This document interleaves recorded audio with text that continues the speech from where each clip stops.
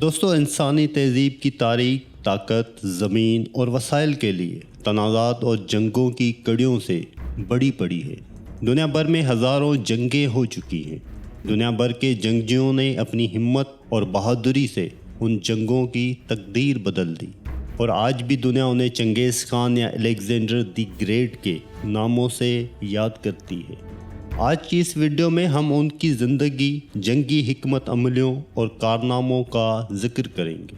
ہم اب تک کے 7 سر فہرست عظیم جنگجوؤں پر ایک نظر ڈالتے ہیں، زمین پر چلنے والے سب سے بہادر اور سب سے زیادہ شیطانی لوگ۔ السلام علیکم دوستو، میرا نام ہے شیراز احمد اور آپ دیکھ رہے ہیں انوکھی دنیا۔ تو آئیے شروع کرتے ہیں آج کی ویڈیو۔ نمبر 7، اشوکا۔ اشوکا موریہ خاندان کے سب سے مشہور جنگجوؤں میں سے ایک تھا۔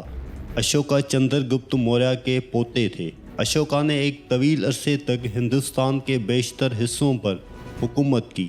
اس کی حکومت پورے برصغیر افغانستان سے لے کر بنگلہ دیش تک پھیلی ہوئی تھی۔ اس کے پاس 30,000 گھوڑے، 9,000 ہاتھی اور 6 لاکھ فوج تھی۔ کلنگا کی جنگ نے اسے عوام میں مشہور کر دیا۔ اس طرح یہ جنگ ان کی جنگجو زندگی کا ایک اہم موڑ ثابت ہوئی۔ کلنگا کی جنگ میں 1 لاکھ فوجی جوان مارے گئے تھے اور 1.5 لاکھ فوجی گھائل ہوئے تھے۔ ہلاکتوں سے ٹوٹ کر اس نے بالآخر جنگ کو مکمل طور پر ترک کرنے کا فیصلہ کیا۔ نمبر 6، رچرڈ ون دی لائن ہارٹ۔ رچرڈ ون عظیم جنگجوؤں میں سے ایک تھا۔ رچرڈ ون 1157 میں پیدا ہوئے۔ اس نے نارمنڈی، انجو، قبرص، برٹنی، گیسکونی، ایکوٹائن اور نائنٹیسٹ پر بھی حکومت کی۔ رچرڈ اول انگلستان کے ان نایاب بادشاہوں میں سے ایک ہے جو تعداد کی بجائے اپنے عرفی نام سے جانا جاتا ہے۔ اسے ان کی غیر معمولی ہمت اور جنگی حکمت عملیوں کی وجہ سے اسے لائن ہارٹ کا لقب بھی دیا گیا۔ اس نے اپنی فوج کی قیادت اس وقت شروع کی جب وہ صرف 16 سال کا تھا۔ تاہم جب اسے معلوم ہوا کہ وہ یروشلم پر قبضہ کر لینے کے باوجود اسے محفوظ نہیں رکھ سکے گا، تو اس نے صلاح الدین ایوبی کے ساتھ امن معاہدے پر دستخط کیے اور فرانس واپس چلا گیا۔ رچرڈ ون نے 1199 میں وفات پائی۔ نمبر 5، اسپارٹکس۔ اسپارٹکس یونان کے علاقے تھریس میں 109 قبل مسیح میں پیدا ہوا۔ اسپارٹکس وہ گلیڈیٹر تھے جس نے رومن سلطنت کے خلاف بغاوت کی، اور تاریخ گواہ ہے رومن سلطنت کی بنیادیں ہلا دینے والا یہی غلام تھا۔ جب روم جرمنی کے ساتھ جنگ میں تھا تو اس نے جرمنوں سے لڑنے کے بجائے فوج چھوڑنے کا فیصلہ کیا تاکہ روم کو کمزور کیا جائے۔ اس کی طاقت، مضبوط جسم اور لڑنے کی صلاحیت کی وجہ سے اسے گلیڈیٹرز کے طور پر فروخت کیا گیا تھا، پر اسپارٹکس نے رومن سلطنت سے بغاوت کر کے اپنے پیروکار غلاموں کی ایک فوج بناتے رہے، اور بالآخر ان کے پاس 90,000 مضبوط فوج تھی۔ وہ نہ صرف اپنی طاقت اور جنگی صلاحیتوں کی وجہ سے بلکہ اپنی ہمت اور ہمدردی کی وجہ سے بھی عظیم جنگجوؤں میں سے ایک تھا۔ وہ 71 قبل مسیح میں ایک جنگ میں مارا گیا۔ نمبر 4، صلاح الدین ایوبی۔ مغربی دنیا میں صلاح الدین کو اکثر تیسری صلیبی جنگ کے ولن کے طور پر پیش کیا جاتا ہے، لیکن کرد سلطان کو مشرق وسطیٰ میں ایک ہیرو کے طور پر سراہا جاتا ہے جس نے یورپی صلیبیوں کو کچل کر یروشلم کو مسلمانوں کے ہاتھوں میں واپس کر دیا۔ میسوپوٹیا میں 1138 میں ایک عام آدمی کے طور پر پیدا ہوئے۔ صلاح الدین نے ایوبی خاندان کی بنیاد رکھی اور 1175 میں مصر اور شام کا پہلا سلطان بنا۔ اس کی تربیت اپنے چچا اسد الدین شرقو نے کی۔ اپنے فوجی کیریئر کے ابتدائی دنوں میں صلاح الدین نے عرب افواج کو متحد کیا۔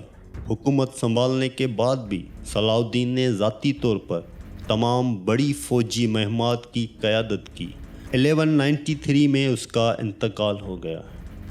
Number 3، Julius Caesar. دوستو، جولیس سیزر رومی تاریخ کا سب سے بڑا جنرل تھا۔ اس نے برطانیہ، جرمنی اور فرانس میں بہت سی لڑائیاں جیتیں اور اپنی فوجی مہم جوئی کو دستاویزی شکل دی۔ وہ ایک کونسلر کے طور پر اقتدار میں آیا اور سینیٹر بن گیا۔ سینٹ اس کی طاقت اور اثر رسوخ سے اتنا بے چین ہو گیا کہ انہوں نے سیزر سے کہا کہ وہ اپنی افواج کو ختم کر دے، لیکن اس نے ہمت نہیں ہاری اور بالآخر 44 قبل مسیح میں روم کا آمر بن گیا۔ نمبر 2، چنگیز خان۔ دوستو، چنگیز خان کو دہشت، خوف اور بربریت کا ایک بھیانک باب جانا جاتا ہے۔ وہ ایک منگول سردار تھا جس نے 13 سال کی عمر میں تلوار اٹھائی اور 40 سال کی عمر میں پہنچ کر وہ چنگیز خان بادشاہوں کا بادشاہ بن گیا۔ چنگیز خان نے اپنی منصوبہ بندیوں اور ذہانت کے بلبوتے پر منگولیا کو ایک طاقتور منگول سلطنت میں تبدیل کر دیا۔ اس نے چین کو 2 مرتبہ فتح کیا۔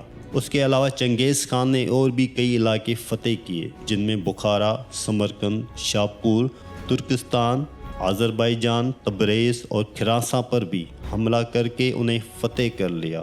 اس کی فوجوں نے جنوبی روس اور شمالی ہند تک یلغار کی۔ اس کی سلطنت شمالی چین سے جورجیا تک پھیلی ہوئی تھی۔ چنگیز خان نے 1162 سے لے کر 1227 تک اس روئے زمین پر سانسیں لی۔ Number 1، Alexander the great. دوستو، سکندر اعظم بلا شبہ وقت کا سب سے بڑا جنگجو تھا۔ وہ 336 قبل مسیح سے 323 قبل مسیح کے درمیان مقدون کا بادشاہ تھا۔ اس کی سلطنت فارس، شام، بلکان، مصر اور بہت سے دوسرے خطوں کو فتح کرتے ہوئے یونان سے ہندوستان تک پھیل گئی۔ اس نے اپنے ابتدائی سال کا بیشتر حصہ ارسطو کی سرپرستی میں گزارا۔ سکندر اعظم تقریباً ہر جنگ کے اگلے مورچوں پر لڑا۔ اس نے عرب پر حملہ کرنے کا منصوبہ بھی بنایا تھا، لیکن وہ بیمار ہو کر 323 قبل مسیح میں انتقال کر گئے۔ تو دوستو، یہ تھے دنیا کے سب سے زیادہ خطرناک جنگجو۔ امید کرتے ہیں آج کی ویڈیو آپ کو پسند آئی ہوگی۔ ویڈیو پسند آنے کی صورت میں لائک اور دوستوں کے ساتھ ضرور شیئر کریں۔ مجھے دیجیے اجازت۔ اللہ حافظ۔